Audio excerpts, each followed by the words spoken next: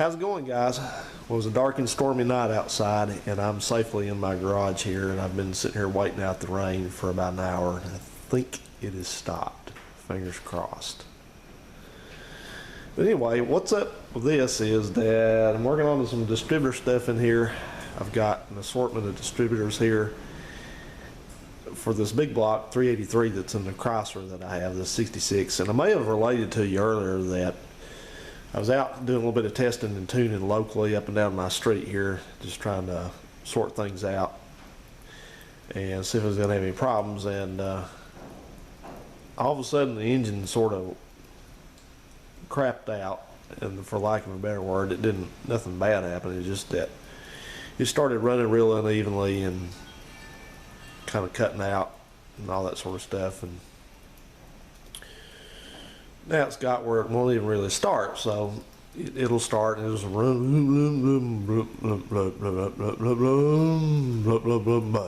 and it'll just quit all on its own. And when you have a carbureted car with points on it, you know, you got a couple things that can go on to cause those kind of problems. And I don't believe it's the carburetor, because I've been into that carburetor a couple times, and it doesn't really act like a carburetor problem because it's not flooding, and the way it just kind of, the engine just cuts out and quits just suddenly is more like ignition. So this gave me an opportunity to indulge in my OCD tendencies about car restoration and fixing things up, and at the same time hopefully get a good distributor in there.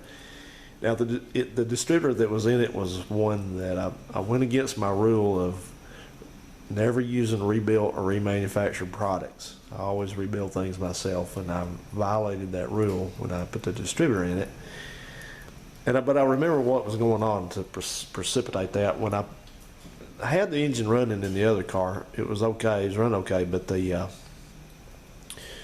distributor, the vacuum advance can on the side of the distributor was no good. And when I was pricing one, there was much to buy the can as it would be just to buy a reman distributor. So I did that in the interim, and I don't think I was going to keep that distributor in it, but it's a good thing I didn't, because we've heard different things from different places about how bad that remanufactured products are these days, and this is no exception. So I'm going to show you what's up with this thing and why you never want to use one. Now you see I've got 1, 2, 3, 4 distributors on the table here. So what's up with that is I have 2 that are remans, and that one are going to be parts distributors, and then I've got 2 that are good. One that is ready to go just about, didn't really need any work on it, and one back there that's a core that I bought because it has the right date code to match the car. The car didn't have the original distributor in it. Somebody's already swapped it out. And so I'm going to rebuild that probably over the winter sometime just to have a backup, because if you look at it, when you look on these distributors, Chrysler conveniently, Mopar conveniently gives the part number on the side of them printed on it, stamped. That's 264, 2244, 45, and then a 5 out beside it. That means that's the part number. That's for, actually that's for a 383 2-barrel. I couldn't find one for a 4-barrel yet. If I find one with the right date code, I'll buy it. But 45th day of 65, that's way up in the year. That's about somewhere around early November. I think I looked at the week list, and it's for 65. It's sometime in November. So this would be absolutely correct for a car that was built like this one in mid 1965. So you always want the components to be built before the car itself is. So this one is the right date code. I like that. It's the right date code, and it's close enough for me.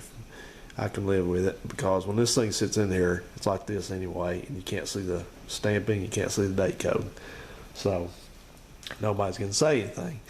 Past that, it needs cleaned, and it's got a little bit of play in the shaft. Now these all have sort of some up and down movement in them.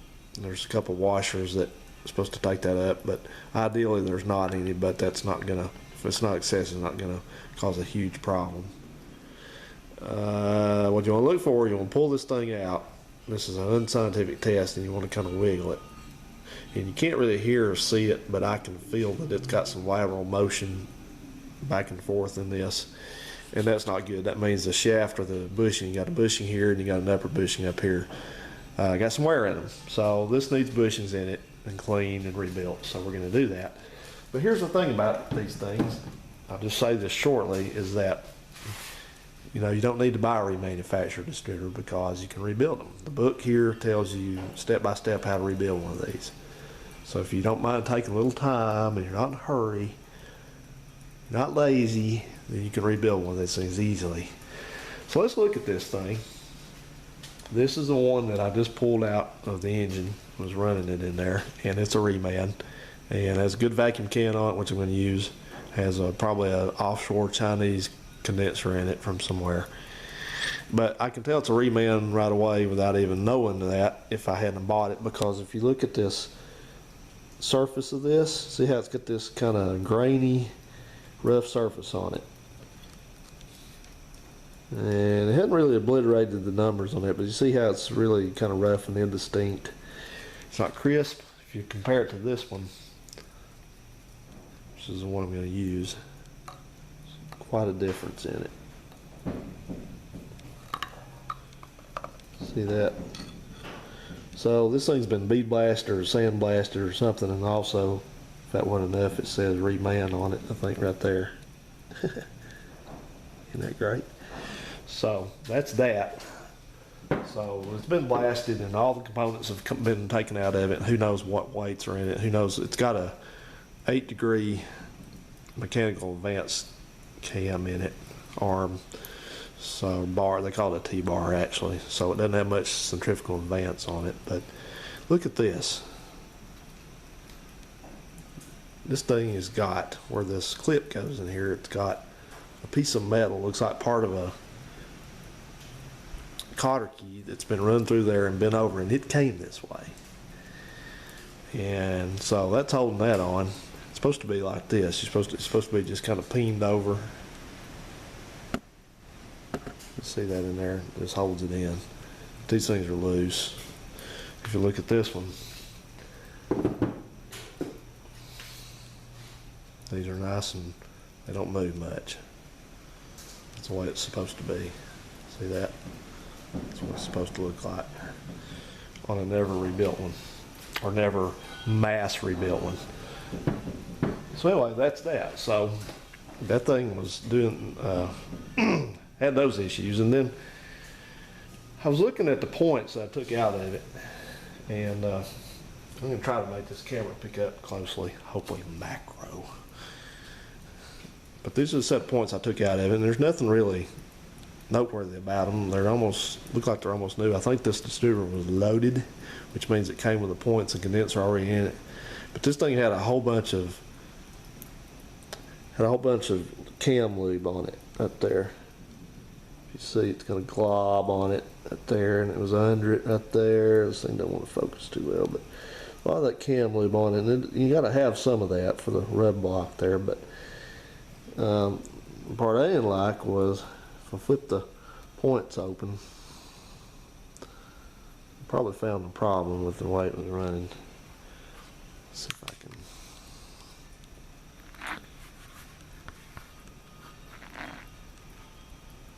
See if it'll do it there. Anyway, it's maybe hard to tell, but if you look at those contacts,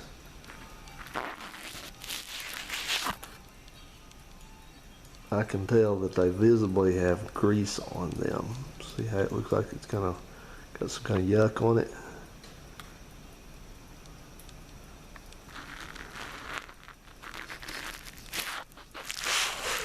Come on, come on. It's hard to tell. This camera's having a hard time with this, but anyway, the contact surfaces of the points got oil or grease on it. I'm presuming they're starting to burn right there a little bit, that white spot on the bottom right there on the back of it. So I figured what happened was they smeared so much grease on it that it got thrown onto these points, and I didn't catch it. I should have, but I didn't. So there was oil on the bottom of it. So anyway, this thing had oil all the way, all over in here. So it was kind of too greasy in there. So oil where the points mount, grease, oil, whatever. So that was probably causing problems. That may have been all of it. I hope it was. But anyway, there's one other thing wrong with this thing too, and it was could be kind of critical. I was looking at these. One thing I noticed when I was looking at the bottom of these two distributors is that, hang on, look at here, you got distributor shaft. That word is kind of hard for me to say for some reason. I think my tongue's too large. Distributor shaft. If you look at it here, it has a little groove down in here at the bottom. See that? Cut into it. It's leading upwards, kind of spiral. That's to help lubricate and drain oil from this bushing here. If it gets oil up in it, it can run back down. I hope that thing is clear. I tried to clear it out. But you saw how much of that was there, right? Noticing it's quite visible. Quite a bit of it's visible. When I come over here, I was looking at this one, this Reman Special. Looking at it, and I just turned it over. I thought, where is that? So I don't even see it. Well, it's there. If you look in there, look where that roll pin goes through. You just barely see the edge of it poking out right there. It's almost covered up. So I thought, that ain't right. Why is that so far like that? Hit up in there. And come find out, when, see if I remember how I did this. I thought, okay, let's look at how long these, what the distance is these shafts come protruding out of the distributor. All right, well, if you look at that, hang on, sorry. You see there's a mismatch in it. And I took this one, I put this up against this one, this original one, that one which is Reman, and that one which is not a Reman, it's also original, and they're all the same length except this guy. So for whatever reason, I don't know what they did here. I don't know how they did it, but the shaft is too far up in here by however how far that is. Quarter of an inch, something like that. So I don't know how they did that other than they just see, this is what sets the this plastic collar is what keeps this from just going upwards, like, you know, up. So I guess what they did was the hole in the shaft there for the roll pin got damaged, or it wouldn't hold the roll pin anymore, so they just said to heck with it and just moved the shaft up and drilled another hole through it for the roll pin and put it together, and that's it. So whatever. Yeah, that's not right, because this pushes everything. I don't guarantee, but I think it was probably pushed this top plate up too. I'm trying to remember how that works. Yeah, it does, because the way these things are put together without me just droning on is that this is not, this piece here with a cam on it is independent from this. This is not the end of this. What happens is there's a down in here there's a set of there's a bar, it's got weights on it and all the mechanical stuff's in here, and then this piece sticks onto the end of that. You know, it's right down in there, and it's got a hard to get out little wire clip holds it together. So it's pushed the whole thing up here. And that wasn't all of it. When I was putting the rotor button, I was taking the rotor button off of it and just kind of sitting here bored, just fooling around with stuff. I noticed that the rotor button just wasn't even hard to stay on there by its own. It just pulls right off real easy. So everything's out of whack on it. It's out of dimension. So try not to use too bad a word on YouTube very much, because I get on to other people for doing it, but I gotta say it. What a piece of shit. So anyway, that's that. So that thing's parts only. It wasn't that bad. I think that distributor may have been $35, so that was worth it just to get the can off of it. So moving on from that, this one is being put back together, ready to go. I have put some oil in this. And I want to cover briefly how you lubricate these distributors. If you look down in this, there's supposed to be a little flapper on this. It's on the table, a little, heck, I'll show it to you. This thing, it's got like a little door on it that opens up, and it's supposed to be in there. And this is your lubrication cup for the top bushing up here. That's a bug flying around right there. So that's how you oil that, and I'll show you in a second what they tell you to put in there. But if you look down in this thing, down in that hole there, the end of that, whatever's in there, that's a felt wick. It sticks down in there, it sits in there, and you put oil in this thing every 6 months or so. And then you also have one that goes in up the top, and you put oil in that helps keep the keeps this cam part from seizing to the lower shaft. Get some oil in there. So there were some problems with that too. One thing is, and I may have done this, I think I may have, or maybe not, I don't know who did it, doesn't matter, but I don't think there was oil on this, but this thing had a wick in it that remanufactured, but it's coming apart, and when I squeeze it, looks like it's got a little bit too much oil in it. I'm not supposed to put that much in it, so that could have contributed to something. And then I was looking in there, I said, well, I wonder, I had to, here's what the deal was. I put this didn't have that flapper on it, so I had to add the one from one of the old distributors. So I took this back out a while ago. I was looking down in there, and it's not over with yet.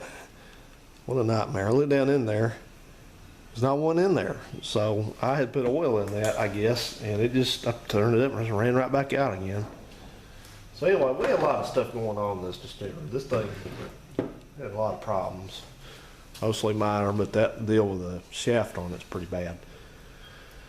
So anyway, I've got this one. I've got to add some oil to the wick here, and then I got to put the flapper back on it. And I've lubricated the cam here. What you do is you take your lubricant, which I looked all over this area for anything that would work on that, and you get on the internet and ask people, what do you use for distributor points cam lubricant, and they tell you about the stuff that used to be there, which you can't find no more. I've driven all over looking for it. You have to order it from Indianapolis, and people say dielectric grease. That's not what you use dielectric grease for. Dielectric grease is used for terminals to keep corrosion out. So anyway, I set out on a mission yesterday after work to find some of this stuff, and this is what I came up with. At an old-time parts store. And you might say, hey, it's lithium green, you can buy that anywhere. You're not supposed to use that. But if you look on the back of it, read the blurb. It says all this stuff on it. You look right down there, it says distributor cams. So it's good enough for me. So what you do is you take your points. Wrong ones. I got about 4 sets of points here. Wrong ones. God almighty. Take your cam, lubricant, you put about a matchstick worth on it, on the tip of your finger, and then you use the block to split it. You have a little bit on the upstream side. These distributors turn counterclockwise. The points sit like that, so the cam rides like that. So you put a little bit, about half of it, up on the upstream so it has a little source of it. You put the rest around the cam, like so. You're going to go real light on it. And that's it. You put it together. Set the points.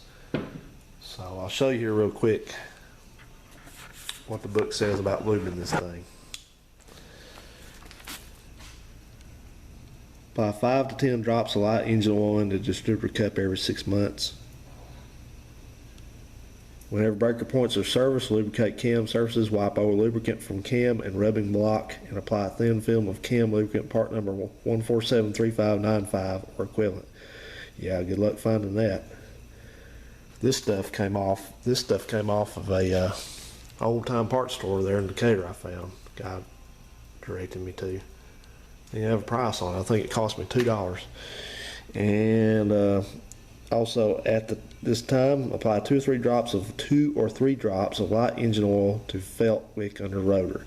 Caution: avoid over-oiling and applying an excessive amount of cam lubricant to prevent lubricants from spreading to breaker contacts, which I think is what happened here. Okay, so I'm ready to go ahead and put the points back in this thing. I'm going to go in the morning and buy a new condenser for it. I've got several condensers laying around, but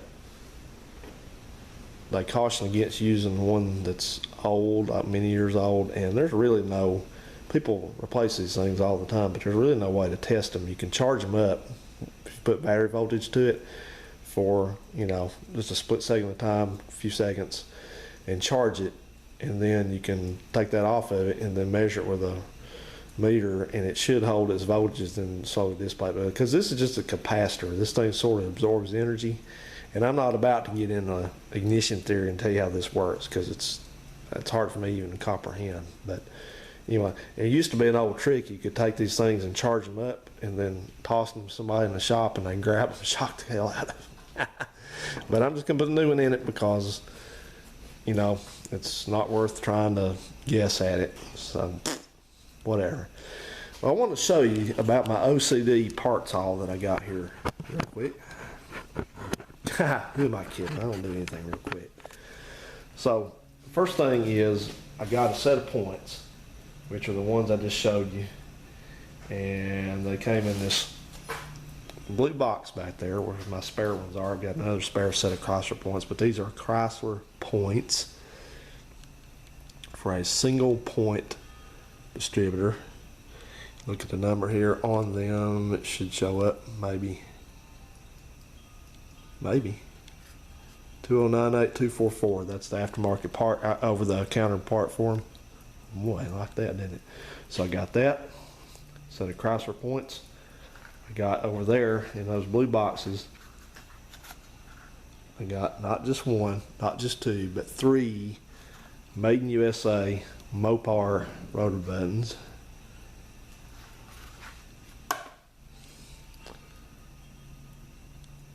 Yep, 3 of them. Got that off eBay. I didn't set up to buy 3 of them. The guy had 3 available, so good price. And then box here, standard ignition parts, before they possibly started sourcing them from overseas. Is a nice black cap, just like what we went on it originally.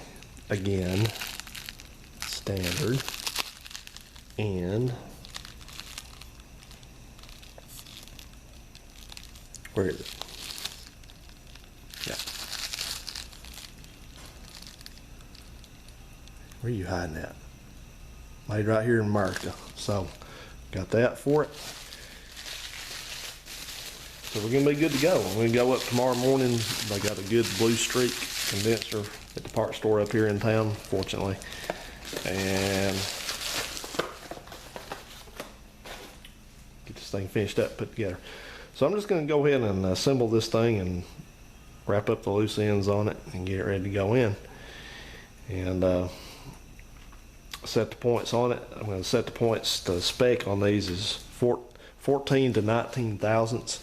So I'm going to go, I got my 16 thousandths feeler gauge here. I've already been using it. Now clean this thing off and get all the grease off of it. And then after I set the points with it out on the bench, then I will clean the points again thoroughly and make sure I've already cleaned in there. So make sure I'll do all that thoroughly. So hopefully we don't have a repeat of this problem. And I was telling you on that other video that I made while I was on the road about points and stuff, and you know, I guess there's 2 sides to every story. I said that I was for points if my car had points in it. I didn't want to swap out because I feel like you're just trading one issue for another. And that is, you know, if you have an electronic conversion or you have an electronic distributor's got a couple things in them. Well, really one. I guess got a pickup coil can go bad in it. But, you know, you can change those on the road if you carry a spare one with you. I guess you could do that. But the other problem is you got like a control box and you got a ballast, which really these have a ballast too. So, you know, that's what I'm saying. I'm just kind of thinking out loud. But you can trade one problem for 2 more, I guess, doing that.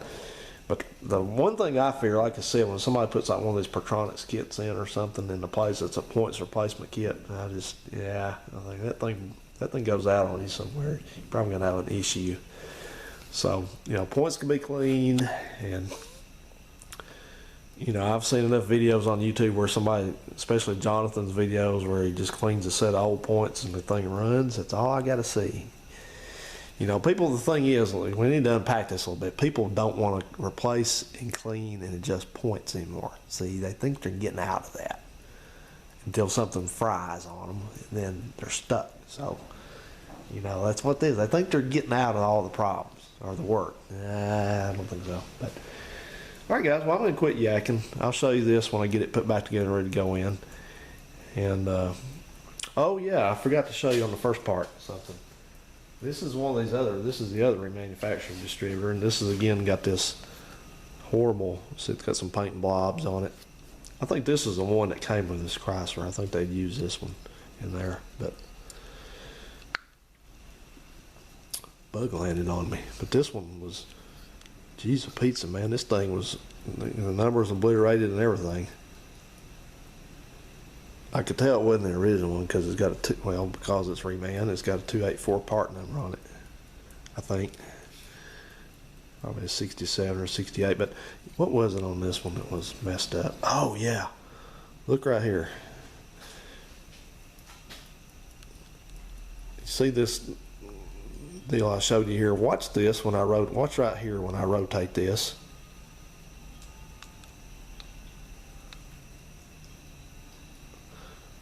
You see that? You see how it's going? Well, what they did was, if you look here, where the roll pin goes in, you see what they did? Either they did it or it did it itself. I think they did it, but the hole got too big in the sleeve right here, so they just buzzed in another hole with a drill, I guess, and used that, and now it got the damn sleeve. See, that one's okay, but this one is, what the hell, man? So that's the stuff that they do on these. When you have somebody that's in a factory somewhere in some province, they don't care. Just put it together. It worked when it left, looked good when it left. It's all together. It's all good. It's all good. It's all finished. It's fine. So that's why I'm going all this effort to get this thing back together, because I'm just that kind of guy, man. I'm going to do stuff like the book says, and you know, some folks like throwing things together and not me. So I'm going to sit here and go on a little bit more and put my points in, and tomorrow I'll stick this thing in and see if it works. All right, guys, I'll show you the finished product here in just a second.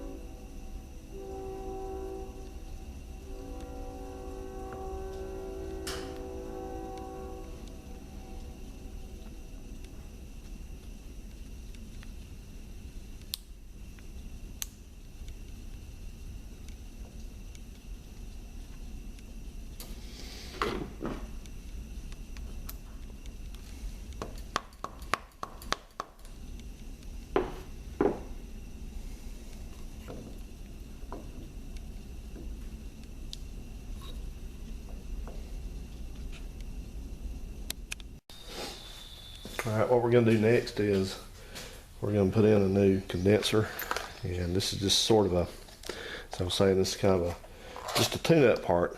You just replace these, and you can kind of test these with an old-fashioned analog voltmeter. That'll put a charge into it.